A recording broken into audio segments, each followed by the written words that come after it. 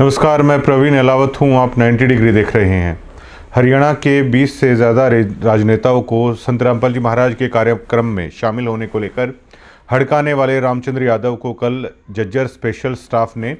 Media के सामने brief किया था। उसके बाद उसे गिरफ्तार कर लिया गया और 14 दिन की न्यायिक हिरासत में जज्जर की दुलीना जेल में जो रामचंद्र यादव है उसको भेज दिया गया है। जैसे कि अंदाज़ा लगाया जा रहा था कि काफ़ी कड़ी धाराओं में केस दर्ज किया जाएगा या रिमांड पर लिया जाएगा, ऐसा कुछ नहीं हुआ, बल्कि रामचंद्र यादव को है वो एक पूछताछ करके उस पूछताछ से शायद एसटीएफ पूरी तरीके से संतुष्ट थी और रामचंद्र यादव को न्यायिक हिरासत में 14 दिन की है भेज दिया गया। अगर रामचंद्र यादव के पास उस दरमियान अगर वकील होता तो बाहर की बाहर भी जमानत है वो हो सकती थी। काफ़ी सारी चीज़ें हमने उस वीडियो में बताई थी कि अधिकारी भी रामचंद्र यादव की सादगी को देखकर, संत जी के प्रति उसकी श्रद्धा को देखकर वो भी थोड़ा सा हैरान थे और उनमें भी इस चीज़ की मुझे झलक देखने को मिली कि ये संत रामपाल जी महाराज को बहुत मानता है। इसी बीच कल विधायक कुलदीप वत्स से भी इस चीज़ को लेकर बातचीत हुई तो विधायक कुलदीप वत्स को भी मैंने सारी जानकारी ये दी। हालांकि जिस तरह की लैंग्वेज का यूज कुलदीप वत्स को लेकर उन्होंने किया गया था, कोई भी इंसान है वो बहुत गुस्सा है वो हो जाता, लेकिन कुलदीप वत्स को भी जैसे पता चला कि ये एक साधारण सा ई रिक्शा चालक है, कोई गैंगस्टर नहीं है और इसके पास घर भी नहीं है, टीन शेड है इसने डाल रखी है, तो उन्होंने भी कहा कि ये गरीब सा ही व्यक्ति है। और वो भी फिर उनका भी गुस्सा है वो जो रामचंद्र यादव ने बोल रखा था तो वो भी शांत हुआ, जिससे पत्रकारों ने कुलदीप वत्स को ये जानकारी दी कि इससे जो हुआ है वो बाय मिस्टेक ये रीजन हो सकता है। तो उन्होंने भी बड़ा दिल दिखाते हुए कहीं ना कहीं उनको भी ये लगा कि चलिए जो इसने किया फिर भी है, जो बातचीत हुई उसमें उन्होंने कहा चलिए अगर ये गरीब आदमी है तो माफ़ कर दिया गया। लेकिन इस घटना से एक बड़ी चीज़ सीख ये भी देखने को मिला कि हरियाणा के इतने बड़े बड़े नेताओं को हड़काया गया, उन्होंने किसी ने हिम्मत नहीं दिखाई।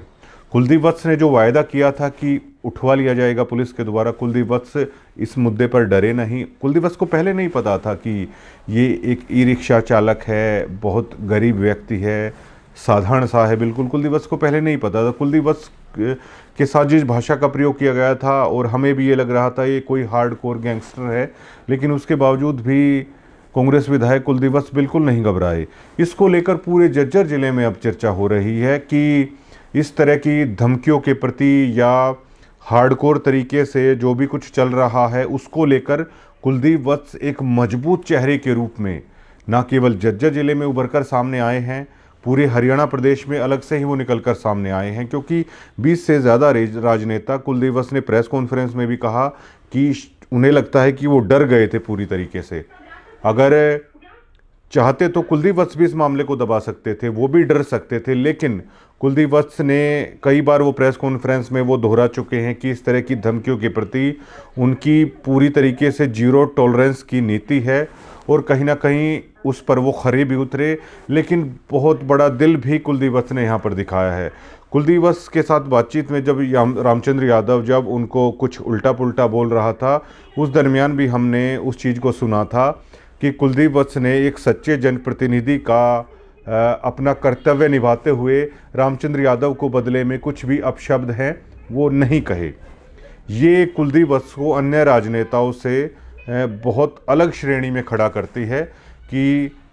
बहुत संयम है उनके अंदर। अगर व्यक्ति कोई उनको उल्टा सीधा बोलता है तो कुलदीप वत्स में सहन शक्ति भी काफ़ी ज़्यादा है। अब जबकि विधायक को भी ये पता चला कि ऐसे ऐसे ये गरीब व्यक्ति है, साधारण व्यक्ति है और संत रामपाल जी महाराज का समर्थक भी है, तो कहीं ना कहीं हमें ऐसा लग रहा है कि इस केस में पता चलने के बाद कुलदीप वत्स ने भी प्रशासन पर ज़्यादा दबाव यहाँ पर नहीं बनाया और बड़ा दिल दिखाते हुए, देखिए एक विधायक के पास बहुत पावर होती है। अगर कुलदीप वत्स चाहते तो जैसे रामचंद्र यादव को गिरफ्तार किया गया तो प्रशासन पर वो रिमांड का भी दबाव बना सकते थे और कई अन्य तरह का भी दबाव है वो बना सकते थे, अपने गुस्से को भी निकाल सकते थे। लेकिन जैसे ही कुलदीप वत्स को ये पता चला है वो एक साधारण सा व्यक्ति है, संत रामपाल जी महाराज को बहुत मानता है और उसने जो किया वो मतलब बहुत उसमें किया, तो हमने भी उन्हें जानकारी दी कि अगर वो बाहर आकर आपसे गलती मांगता है, तो उन्होंने कहा नहीं, अगर वो गरीब व्यक्ति है तो मतलब मैंने तो उसको माफ़ कर दिया। ये एक विधायक की बहुत बड़ी दरियादिली है कुलदीप वत्स की। तो ये जो केस में रामचंद्र यादव को रिमांड पर नहीं लिया गया, इतनी कोई गंभीर धाराएं भी नहीं लगी, तो हमारा ये मानना है कि कांग्रेस विधायक को जब ये मालूम हुआ होगा कि वो एक साधारण और गरीब व्यक्ति है, तो शायद उन्होंने भी बड़ा दिल दिखाकर रामचंद्र यादव को यहाँ पर माफ़ कर दिया गया है। इसके लिए कुलदीप वत्स बहुत ज़्यादा बधाई के पात्र हैं। दूसरा, जो कुलदीप वत्स ने वादा किया था, उस वादे पर भी वो खरे उतरे कि पुलिस के द्वारा है रामचंद्र यादव को उठवा लिया गया था। हालांकि वो सोच रहे थे कोई गैंगस्टर है। अब चारों तरफ ये चर्चा है और कुलदीप वत्स एक ऐसे चेहरे के रूप में उभरे हैं कि अगर कोई उन्हें परेशान करता है या धमकी देता है, तो उनके एक लीडर के रूप में जज्जर जिले में कुलदीप वत्स यहाँ पर उभरे हैं और एक ऐसे दरियादिल नेता बनकर भी उभरे हैं।